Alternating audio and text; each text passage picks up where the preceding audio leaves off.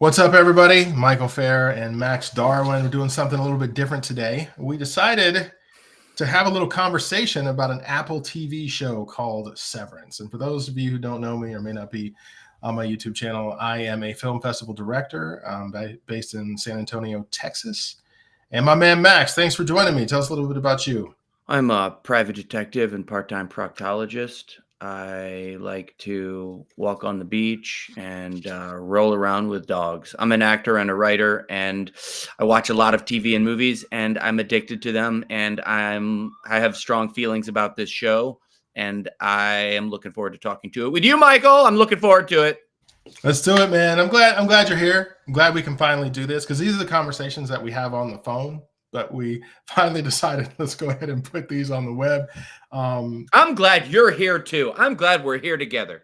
Hell yeah, man. You know, I do watch a lot of movies for the festivals, but I have to unplug and kind of see what Hollywood is doing every once in a while, what they're putting out.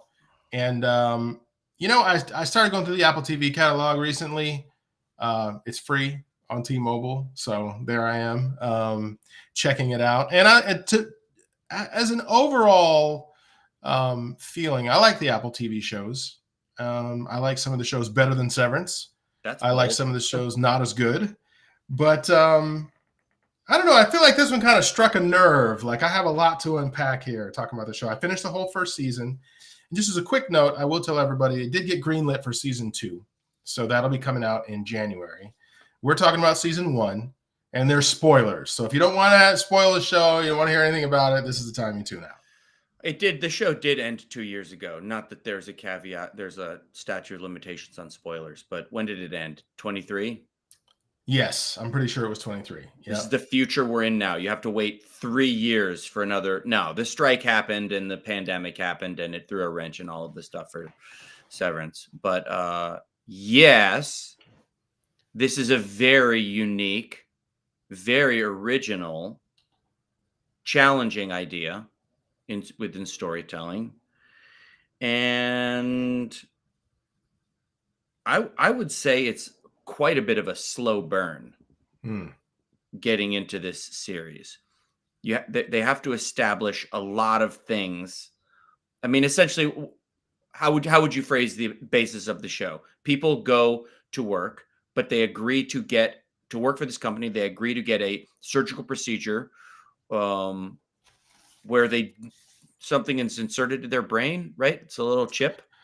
Yeah, so they go through this procedure, kind of like the movie Paycheck with Ben Affleck, if you've ever seen it. And yeah. It basically makes it so that every time, this is the sci-fi part of the drama, that every time they go to work through this elevator, there's some kind of a change that happens that kind of splits their personality. So they're living, the personality that goes up the elevator does not know the thoughts and actions of the personality that exists in the real world, so to speak. Is that a pretty good synopsis? I think that's perfect. Yeah. So the people inside have no idea what their real people outside are doing, even though the people outside, their outies, made the decision to do this process. The people on the inside are just products of that decision. And the actors are phenomenal. Like let's just go over all of the things that make beautiful sense. The actors are phenomenal. Ben Stiller did a phenomenal job.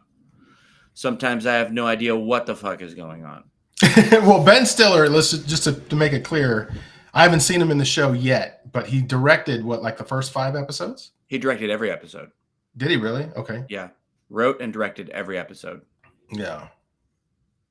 It was, I never seen Ben Stiller direct before, but slow burn is a very nice way of putting it. I'll be honest with you, Max, I had a hard time getting into the show at first.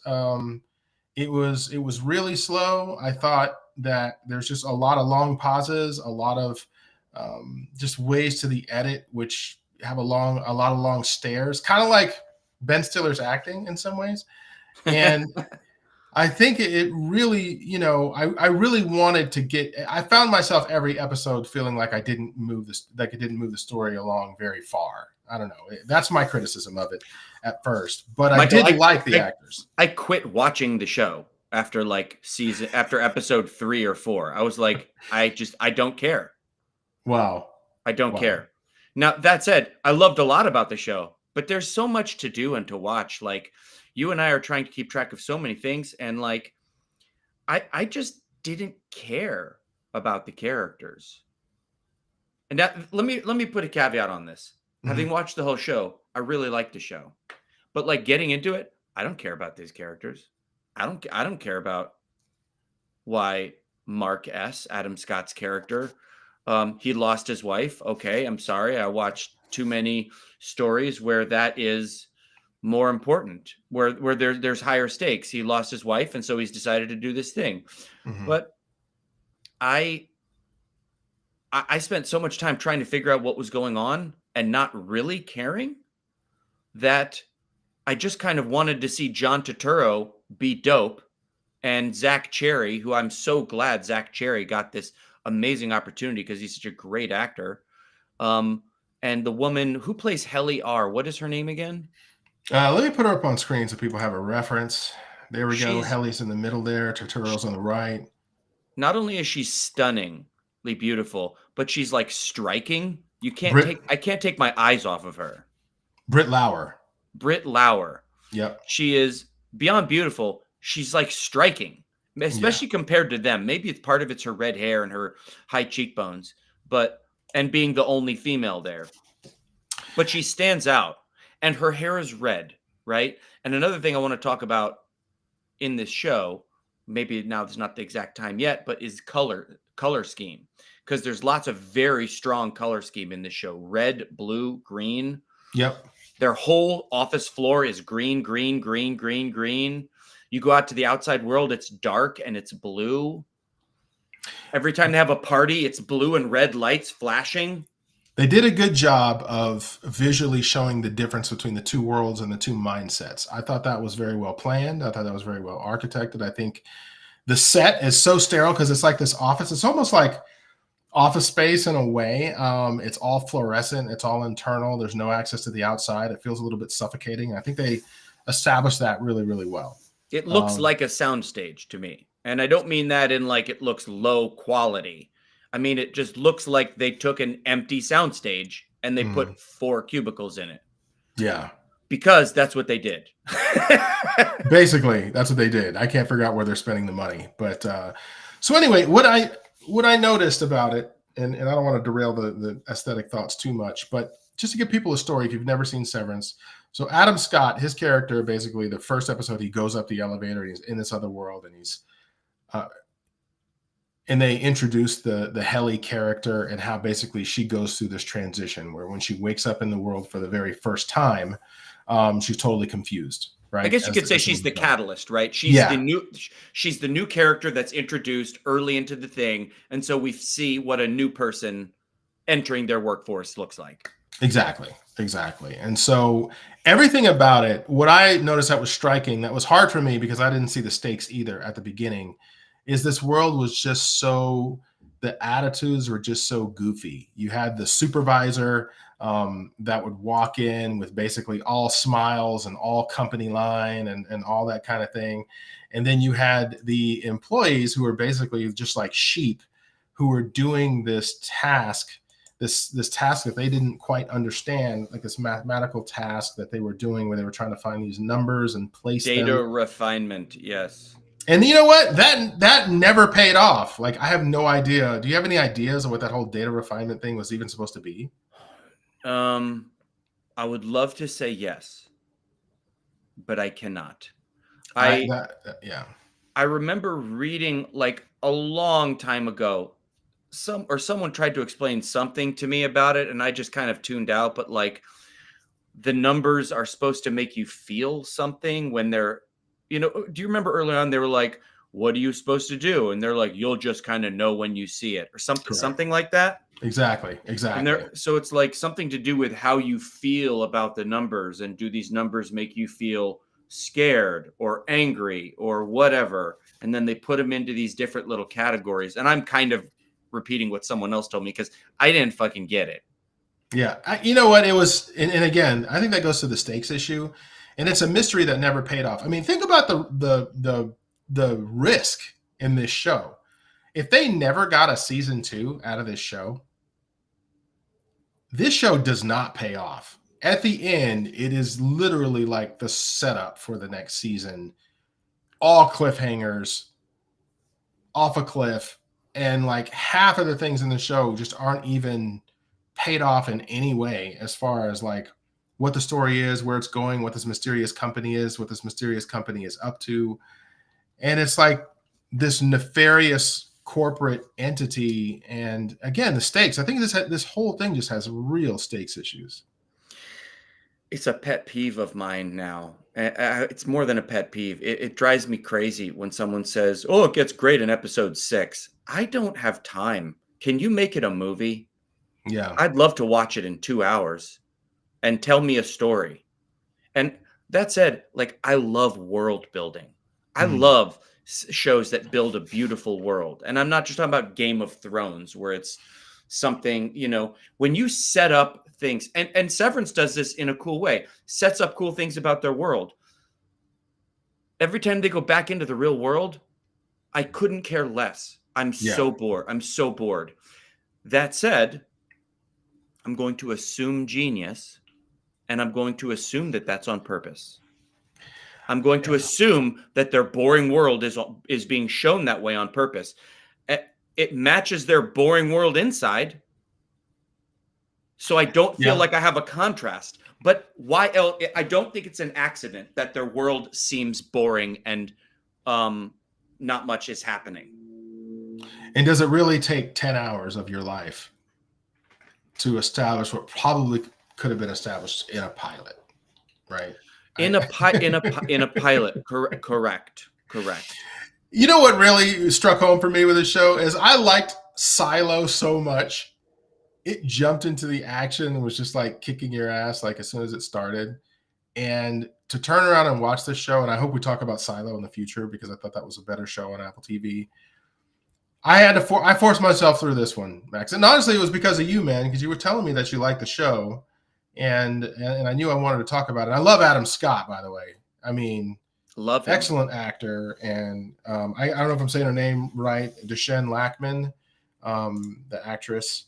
She's really good. She's in the show. She has a great role in the show. Not a huge role in this one, but she's definitely set up for the next one. And let's get into that nefarious, like, what do you think about this company? Like, it seems like they aren't doing anything good with this technology. Well, what do we remember that they do? Do we remember anything? I remember when they walked into research and development, and this actor named Christopher Walken, who's done a few things. He plays Bert G, and he wonderfully Walken role, right? So understated. Hello, he walks up, shows up in the hallway, and he's like, "Oh, hello. What are you doing here?" He's great. He's great. But in this. They go into research and development, and he's like, "Lately, we've been making rather like violent things." I don't know, or something. And then someone's holding like a water can or some shit. And then the thing Zach Cherry steals is it looks like an airplane escape card, but it's like about self-defense or something, like some guy's punching or something. I don't quite remember. Nothing that seems so bad. Yeah. So medical devices, is it medical device stuff? They're still keeping it mysterious. And to be honest, I don't know if I have enough in me for a rewatch. I don't know if I can do 10 hours of this the second time around to figure things out. Like I can go back and watch a lot of shows, but this isn't one of them. I can pull up The Wire every 5 years. I can pull up Battlestar Galactica every 5 years. Yeah, The Wire is one of the best shows ever created, though. And talk about a great example of world building, right? Yeah. You don't need to go back to watch The Wire to see the most beautiful, complex world built. Yeah. And Battlestar Galactica. Yeah. I mean, it was awesome, right? You can go back and watch those, but this one, I don't know if I can do it. Maybe I should have done some more research on all of the clues that were left. The only time when I actually got my blood pressure raised, where I was like, oh my gosh, is what's going to happen, is when this character, what's the guy's name on the left? Is that Zach, the guy? Zach Cherry. He plays Dylan.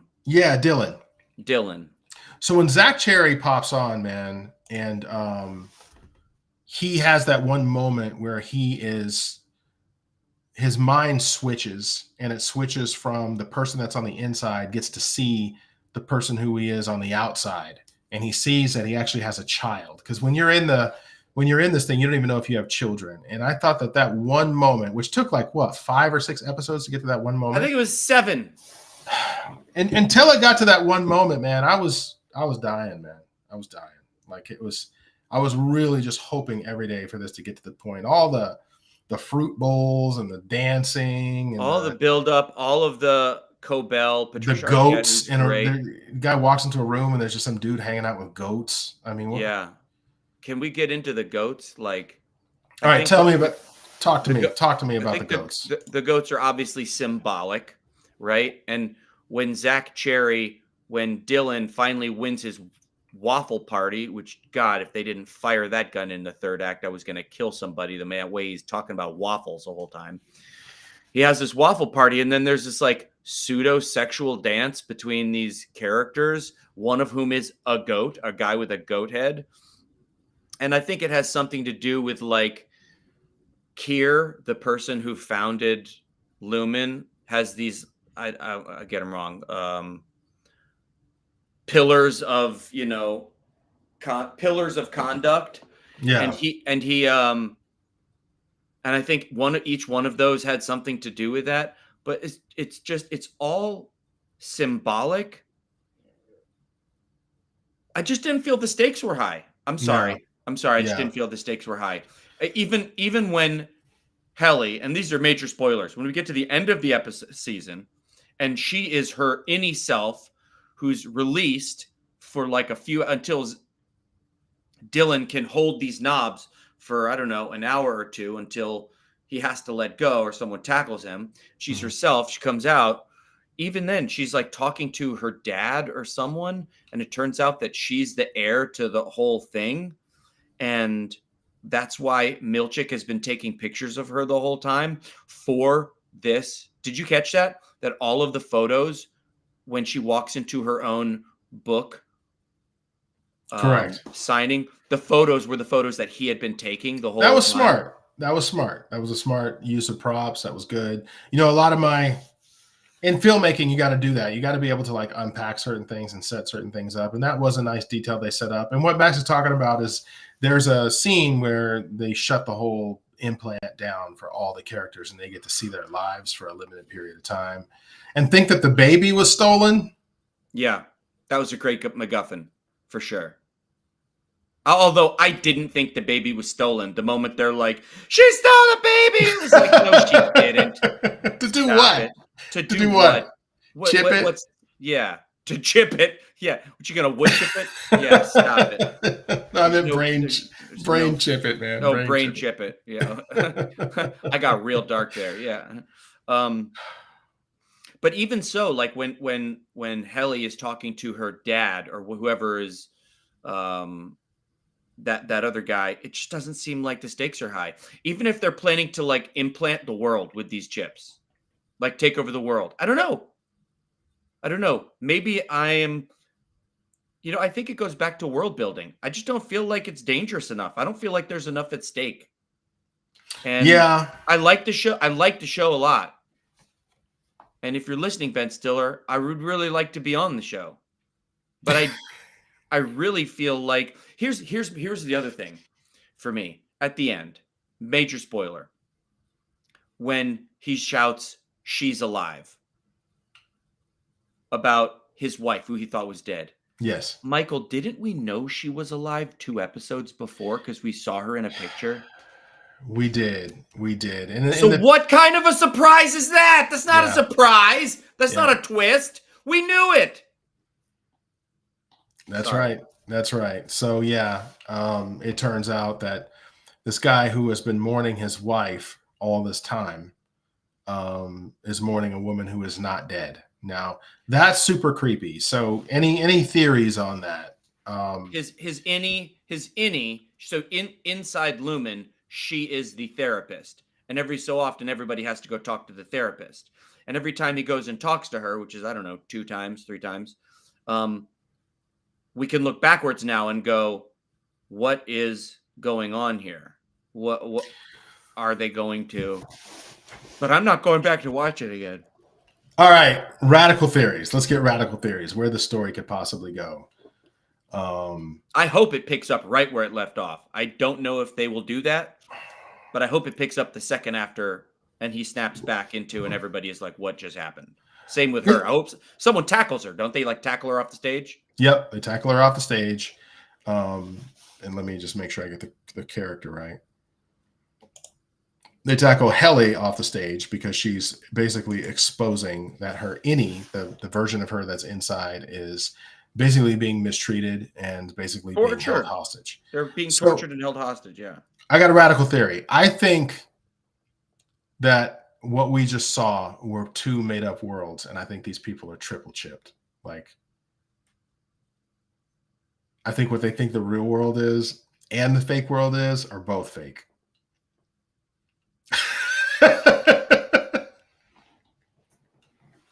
What leads you to this? I love it. Because you're like, I've seen too many sci-fi shows. I've seen too many sci-fi shows, and they're just both worlds are so weird, man. You know, you've got people, you know, who were formerly from the program. You've got this whole story about the founder only exists in the fake world. When we get out, it's almost like the founder doesn't exist. It's almost like a story that was made for that fake world, but it's actually like Helly and her dad, or Helly's dad, like running this whole thing. Interesting. I'm kind of thinking that there's some double chipping going on here. Double people chipping. People used to say that, like the Matrix, like the big reveal, like when everybody was waiting between Matrix 1 and Matrix 2, that they were going to reveal that there was a Matrix within a Matrix kind of thing. I'm wondering if there's a fake world within a fake world on this. Interesting. Starting to wonder that. Any theories from you? That's really radical, but any theories from you? Theories for me? No, that's interesting. A theory from me is that there's far more to Cobell than we think. That I don't think she's just wants to maybe just work there or save the company, but that she's got her own agenda of some kind. You're talking about gnarly picture of her, but that's you're talking about Patricia Arquette. Yeah, I mean they do fire her, so. But then she's still a company woman. Well, because she decides to save the information. Also, you're right. It's so creepy when weird that she's like keeping tabs on him outside of his Audi. It's both worlds are just so boring. Yeah. Frankly, the most interesting part to me is Michael Chernus's character, Riggin, what's his name, that writes the very funny book called The You Are, and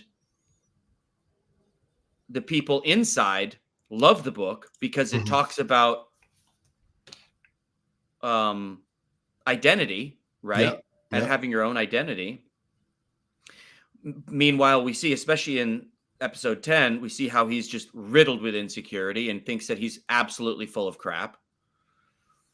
And yet there's a room full of people that are worshiping him. So it makes me wonder if some of those people from the party are former Lumen employees also that are now out. So I guess my theory would be that there are other Lumen employees that are now out because there's not that many employees at Lumen. Yeah, there's not that you can see. It almost seems like, what I thought was also weird is it almost seems like there's a lack of employees in this whole world, right? Yes, it seems like there's about 40 or 50 people that work at that company, and that just seems stupid to me considering it's on the news all the time, like people shouldn't be doing this. Well, maybe in season 2 we're going to see that there's giant factories of people doing it, like all over the world, kind of like other hives of people, you know. So Adam Scott's sister, Mark Scout, the character played by Adam Scott, his sister's in the show. And I was kind of thinking she was kind of a throw-in character, but she has that experience where she meets another lady that obviously had this severance procedure to have a baby. But then that lady, her husband turns out to be some. Was her husband? Did she have two different husbands in both? No, her husband is like a senator or something like Yeah, that. something to do with the program, and I wonder what is to unpack there because I think he's like the pro Severance senator is what I'm pretty positive that's what he is. He's like one of the people that helps to vote it through, and so he's either on the payroll or yada yada yada. so he chips his own wife so she can have her baby and not remember it. Probably chips everybody around him so he can have power. I mean, isn't it all ultimately about power? Yeah, again, what is this company trying to accomplish? Like, I don't know if this is like a weapons thing. I don't know if they're implanting World domination. I have no idea. That's why I went to my chip and a chip and a chip. Like maybe everybody's chip theory. Maybe they're all living in a matrix. I don't know. Well, let's talk about people that aren't chipped. Probably Okay. Michael Cumpsty, amazing actor, the guy who played the security guy that gets killed. Yep. I don't think he was chipped. He seemed pretty with it. And what about the lady who does the surgeries? Sorry, I didn't mean to throw you off. Oh, you mean the black lady that does the surgeries? Correct. Yeah. I think that she I don't think she was chipped, or if she was, she's no longer chipped. Mm-hmm, mm-hmm.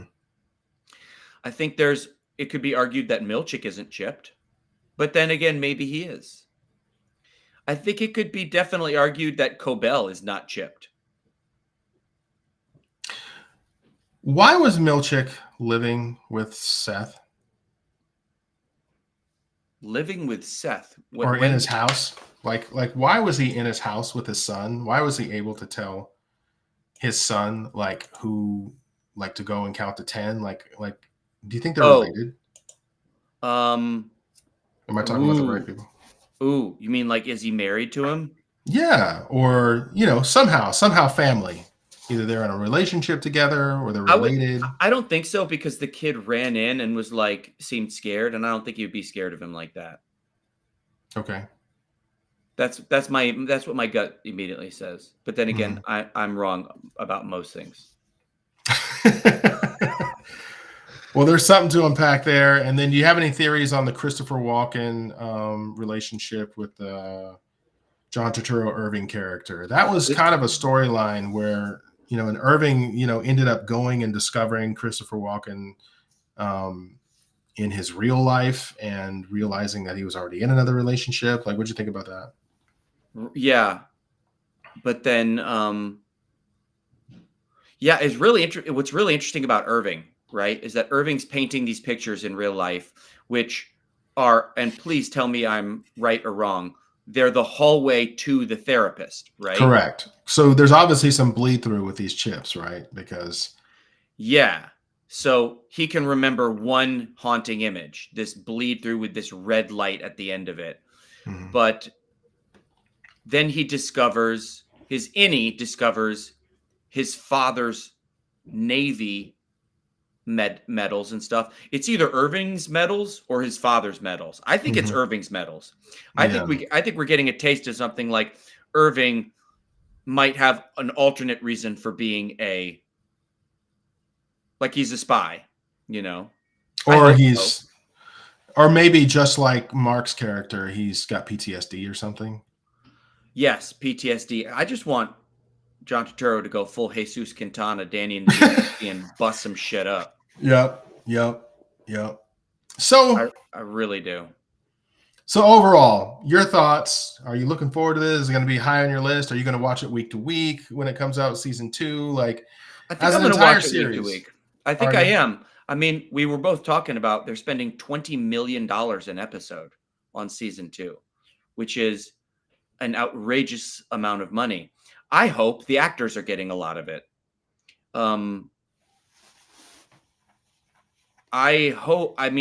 It's funny because season 1 was all in cubicles. So you can't imagine where the money went for season 1. They didn't have that much money for season 1. But season 2, I'm hoping, leads to other places. Like, I thought it was really cool when Helly at the end walked into that party, and It was a beautiful party. Did it cost $20 million to shoot? No. I think a lot of the money they spent the first season ended up being on reshoots, from what I heard, and fixing stuff because of the pandemic and the strike. I mean, because of the pandemic. Again, I'm usually wrong about these things, but I think that's what I heard. Okay. I'm looking forward to season 2, spending more time in the outside world and finding the scope of the show going much larger. And I'm really hoping it picks off right where it left off and doesn't do some sort of a time jump where it's like 2 5 months years late, later. 2 months Yeah. later, 5 years later. That would feel like a bummer to me. Okay. All right. Well, How overall, about you? How about you? How about you? How about you? Final thoughts on you. honestly, I give the whole show about a 7.5 out of 10 if I was to rate it. I did love the acting. I love the casting. It's obviously a high-end shoot. It's obviously very well planned, very well done. It's got a good script. Not enough. I say a good script. When I say a good script, I'm talking about a 7-8 script. It's not a 9-10 script by any means. Not the biggest fan of Ben Stiller's slow directing style. I think this thing has major pacing issues throughout. I'm invested because I kind of want to know they finally got to the point. I thought that the last episode was cool, and didn't it end in like episode 9? So I was like, is there another episode? Is there another episode? There's no way this is the end. There's no way this is the cliffhanger, right? Yeah. They left this thing totally and completely wide open with more questions than answered, which I thought was a huge risk. And again, a strange place to end on episode 9. But I do want to see what happens. They've got me hooked enough to see what happens. Will I watch it week to week and episode by episode? To be honest, I'm going to say no. I'm going to wait for a few. Fool me once, right? I'm going to wait for a few of these shows to accumulate a little bit before I invest my time. I think that's smart, probably. I don't think it's good enough. I really don't. I mean, I'm not going to call it hot garbage. Some people have. I've run into people. I wouldn't either. Yeah, I've run into people, man, who are just like thrilled. I even bring the show up and they're like, yeah, I saw it. It was so good.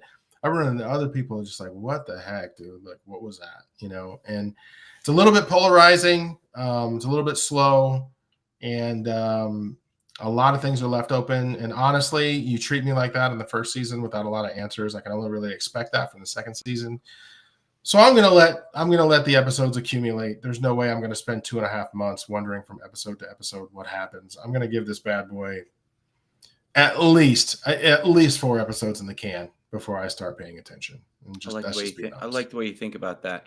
I decided lately that when shows like this when artists take a big swing at something, I have to give them so much credit because you and I both know how almost impossible it is to make a TV show or a movie. Sure. I mean, it's just so hard. And when somebody takes a big swing, and I commend Apple also for letting them take this big swing at a very intellectual sci-fi show. Yeah. I commend everybody on it. I would not call it by any means hot garbage. There are some things I've seen lately that are hot garbage, but this is not one of them. Also, we're talking about a show that's been out for a long time. Yeah. And I'm glad we're talking about it now because in 2-ish months, we've got the new season. So I'm looking forward to seeing what ads come out, what trailers, how they sell it, how they market it, because it was a slow, and that was part of it, right? Like after 1 or 2 episodes, you know what it's going to be. Yeah, it was, man. The pace killed me, man. Like, I just wished I cared about the characters a little more. Yeah. Right now, I wish there was more at stake, even though it's his entire life at stake. I wish I felt like there was more at stake. The resolution I'm looking forward to the most is really to see, obviously what happens with Adam Scott's character and his wife, Deshaun Lackman, Mark Scout, and I want to see what happens with that relationship, with him discovering, he's obviously going to be in hot pursuit. John Turturro's story, the whole Irving thing, it's okay. I don't really know where that's going to go. And then, we'll see what's up with the Seth Milchick part. But again, I like experimental. I like good writing. I think there was just so much left on the table as far as the casting, and I think that we probably needed an episode or 2 more for that to be the cliffhanger on the end. It was a little disappointing for me. So anyway, love Apple TV. Love watching the shows. Just a quick mention. Go ahead. Here's my last super prediction. Would you say yours was that they have a triple chip? Yeah, there's more chipping going on. There's more parts.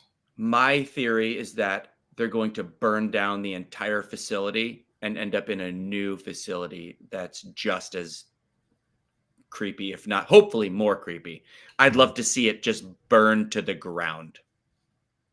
And I think that's possible.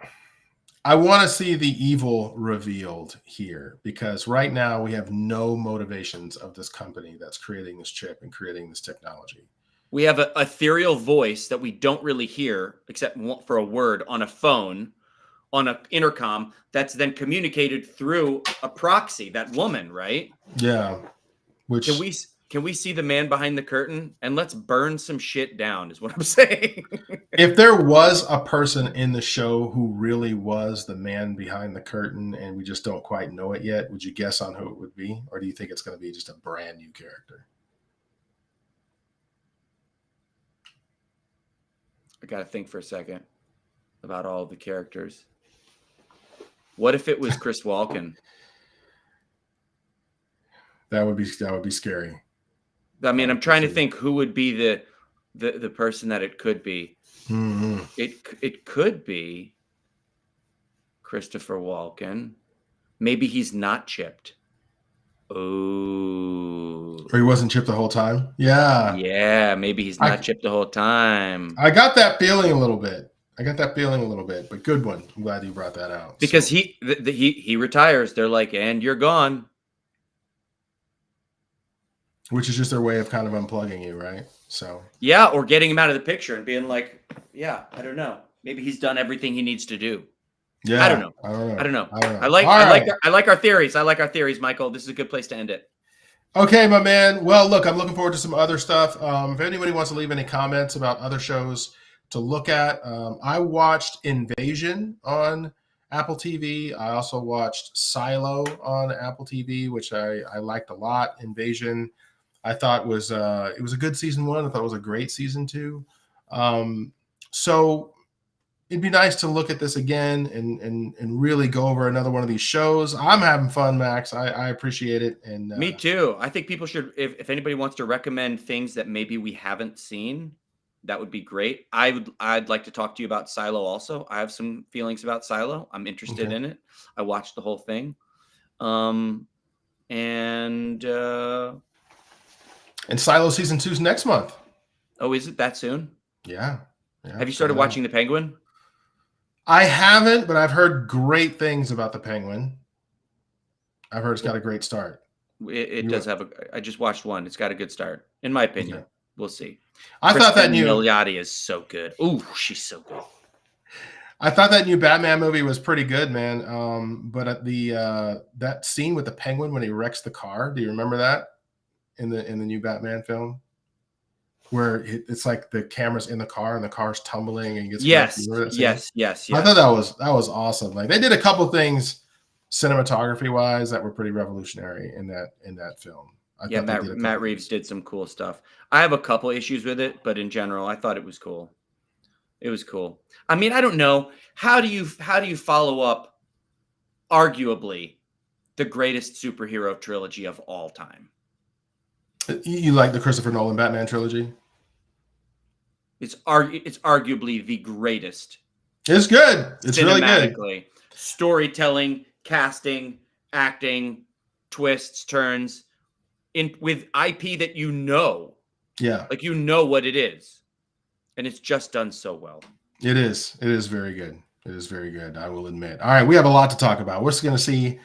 We'll see where this thing goes. We'll see if anybody says anything about things they'd want us to review. But I think until season 2, I think that's all I got on Severance. And again, I don't want to just totally trash the show. I thought it was good. It was a good watch. It just, I just had some complaints. So I'm looking forward to season 2. I'm looking forward to seeing what changes. I'm looking forward to see them burn some stuff down. You don't have to censor yourself now. It's too late. And hey, and if anybody has something that they think is complete hot garbage that we should watch, maybe we'll agree or disagree. I would love that too. All right. I like it. All right, Max. Well, what do you got next, man? What are you doing after this? I got Austin Comedy Film Festival coming up in about 8 days here, and that's going to be fun. What are you up to? I'm gonna go make a sandwich and have another cup of coffee. I am currently in Atlanta. I was just in LA for a meeting. I don't know. You know what? I've been like traveling a bunch this past month, and I'm looking forward to, you know, me. I live on the road. I am nomadic. I'm in Atlanta right now. I'll be in Maryland next week. I will be in probably Florida after that, and I got a couple more things coming up this fall. But that's about it. I'm also shooting a short, which I'm not ready to talk about just yet. But and doing a bunch of writing. Good You stuff. know, the old self-discipline. Boo. All right, Max. Good hanging out. You too, Michael. Talk to you soon. All right, peace. Take it easy, man. Later.